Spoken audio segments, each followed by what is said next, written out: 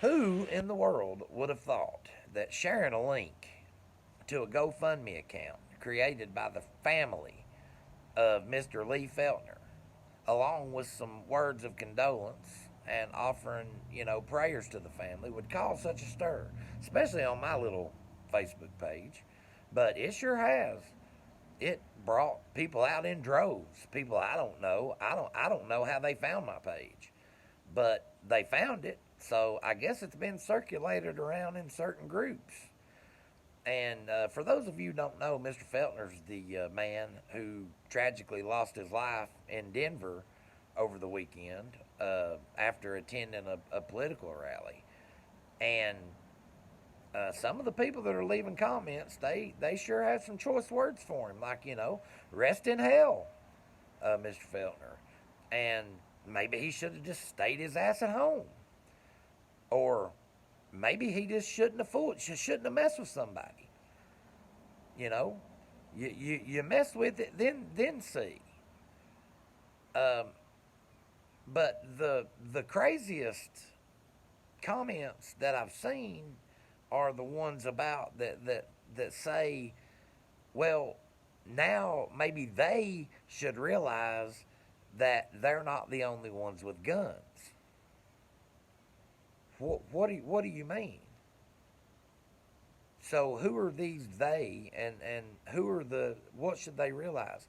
Because all I've seen in the news and in the mainstream media is how this guy has no ties to Antifa, has no ties to BLM, has no ties to the left, but they should realize that they aren't the only ones with guns.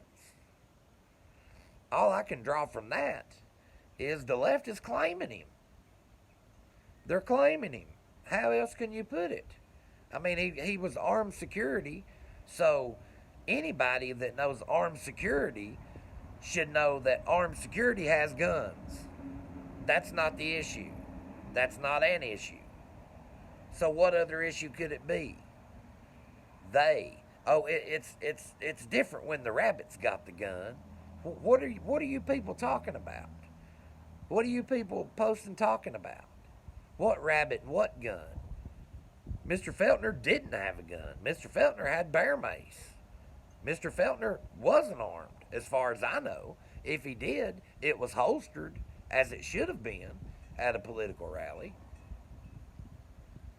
But the rabbit, it's no fun when the rabbit's got the gun. I don't understand that. So you're saying that this man went there looking to hunt people and got hunted himself? Is that what you're saying? Because it makes no sense to me. It makes no sense. And these are the people that we're supposed to have discourse with. These are the people that we're supposed to talk to and try to reach common ground with. There's no reaching common ground with these people. There is none. I even had somebody proclaiming to be a cop come on there and said, if you can support Kyle Rittenhouse, I can support this. I never said anything about Kyle Rittenhouse.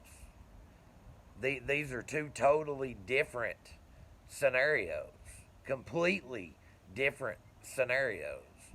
One, a police officer should know about reasonable force. Two, a police officer should know about a duty to retreat.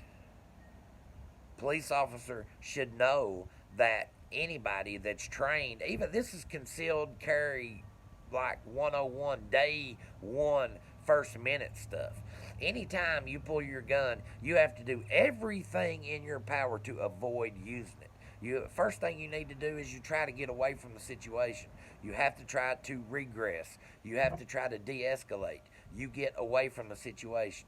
Two, you announce yourself. You tell people, stop. I'm going to shoot. Stop. I'm going to shoot. None of this happened. Doesn't help that the Pinkerton Security Force is coming out and saying they don't know this guy. No record of him. That's not to say that he may not be a contractor that works for a contractor that works for Pinkerton or something. Who knows? But the fact of the matter is, everybody's distancing themselves but the left, who say that he isn't affiliated with the left. And they're cheering him.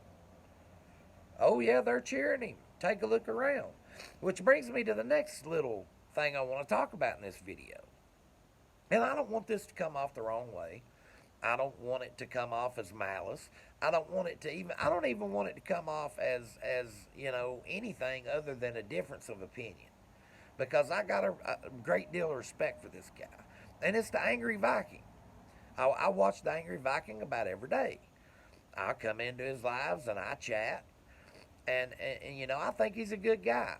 I think that what he's doing is good. I think it's good for the movement. I think it's good for the country. I mean, not just the movement. I think it's good for the country. I think he's got principle, and I think he stands for those principles. But I do disagree with him on this point. I disagree. Last night he had some people, and he kind of got heated because some people were talking about war. And I can understand that because I don't want war. I don't think anybody in their right mind wants this country to go to war with itself. But where do we draw the line here? Where's the line in the sand? That's my only question. And maybe he can explain it. I would hope that he would. But where is the line? What do you do when the war comes for you? What do you do when the war comes for you? Do we just continue to sit idly by? Because the only thing necessary for the triumph of evil is for good men to do nothing. Now, that's not me saying that we need to muster. That's not me saying we need to pick up arms. That's not me saying we need to mobilize. Not any of that. I don't want war either. I don't want America going to war with itself. I think war is a horrible thing. I think war is a last resort. But I also know we're reaching a tipping point, and we've been going to this tipping point for a long time. Now, can it be that this tipping point can be avoided? I for one, hope so. I hope that all this de-escalates, and I hope that we can get back to being Americans that can agree to disagree and move on. But it's got to the point to where one side is okay with disagreement. The other side is not okay with disagreement. The other side feels if you disagree with them, you do not deserve your life. And I'm not okay with that. I'm not okay with that. So, Mr. Viking, like I said, I don't mean this with any malice. I'm not calling you out. I'm not trying to start any kind of beef or anything like that. It's just a disagreement and a question that I'm posing to you. You have a following. And I understand you don't want your following, all reared up in a tizzy. You don't want people to get hurt. I don't want people to get hurt. But where is the line in the sand? Where do we draw the line to where we say this is the point? This is where it has to go before we start pushing back. And I'm not even saying physically pushing back. I know you're organizing rallies and you're trying. And I give you props for that, brother. I give you props because you're doing a hell of a job. But on that same vein, we have to prepare for the worst. I always say that you prepare for the worst and hope for the best. Nobody hopes for war. Nobody's looking for war. At least no sane individual that I know wants war. But what do you do when the war comes for you? That's my only question. And I'd be glad to come in and discuss it with you and talk to you about it. I mean, like I said, no malice here. I tune in to almost every live stream that you have. I'm a supporter. I like what you're doing.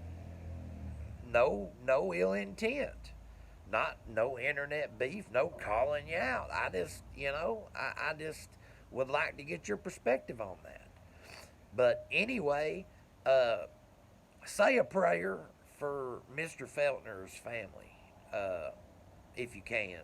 If you believe in that sort of thing, which I'd say if you're watching this channel, you do, say a prayer for his family. They're going to be reading these comments. They're going to be reading all this bullshit people are putting on the internet about their loved one, about their dad, about their husband, about their son. Pray for them and pray for comfort, and pray that the hearts of these people will be softened somehow. I don't know how, but their hearts are hard and callous and full of hate. And as they see it, one less Trump supporter, sick sons of bitches.